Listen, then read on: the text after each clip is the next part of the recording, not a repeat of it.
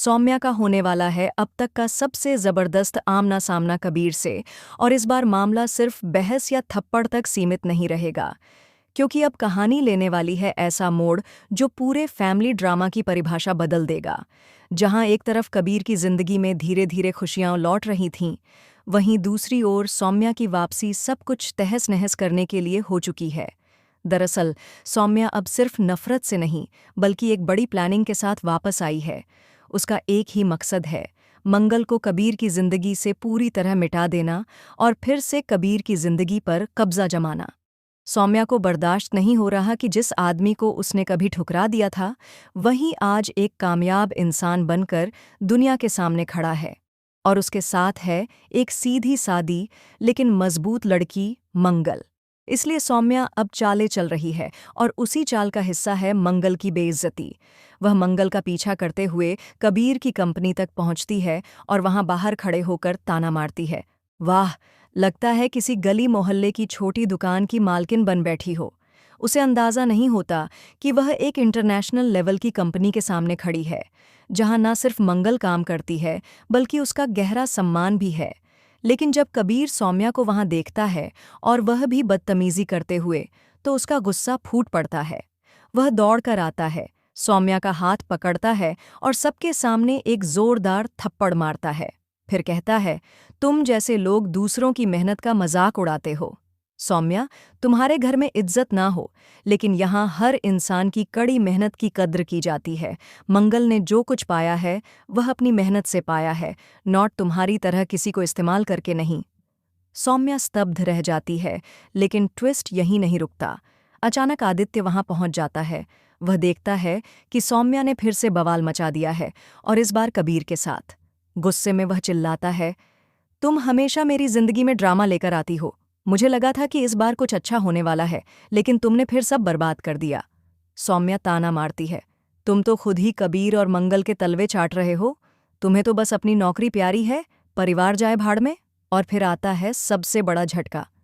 कबीर की माँ की एंट्री होती है और वह सामने आकर कहती हैं, बहुत हो गया सौम्या का ड्रामा, आज सबको सच बताना ही होगा। तुम सिर्फ आदित्य की पत्नी नहीं हो, तुम मेरी बहू हो, मेरी बड़ी बहू, मेरी पहली बहू। सबके होश उड़ जाते हैं।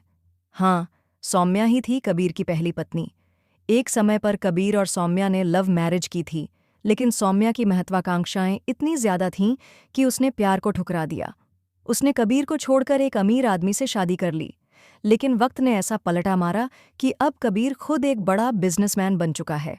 और आज जब उसकी जिंदगी में मंगल जैसी सच्ची और प्यारी लड़की आई है, सौम्या फिर से वापस आ गई है। लेकिन इस बार वह सिर्फ लौटने नहीं, सब कुछ लूटने आई है।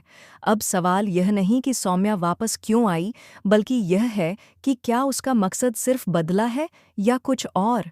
क्या वह कबीर के बच्चे की मां बनने का दावा करेगी? क्या वह झूठा प्रेगनेंसी ड्रामा करेगी? क्या वह मंगल को जेल भिजवाने तक की साजिश रचेगी? आने वाले एपिसोड्स में सौम्या और भी खतरनाक रूप में दिखाई देगी। वह मंगल को बदनाम करने की कोशिश करेगी, ऑफिस में उसकी इमेज खराब करेगी, और यह अफवाह फैलाएगी कि मंगल ही कबीर की जिंदगी में दरार डाल रही है। कबीर और मंगल की शादी के कार्ड छप चुके हैं, लेकिन सौम्या की एंट्री ने सब उल्टा पुल्टा कर दिया है। अब यह शादी होगी या टूट जाएगी, यह देखना दिलचस्प होगा। और ट्विस्ट अब भी बाकी है। कबीर के पुराने घर से कुछ दस्तावेज मिलते हैं, जिनमें सौम्या की असली पहचान, पुराने अफेयर और धोखेबाजियों की पोल खुलती है। आदित्य यह सब जानकर उसे छोड़ने का फैसला करता है।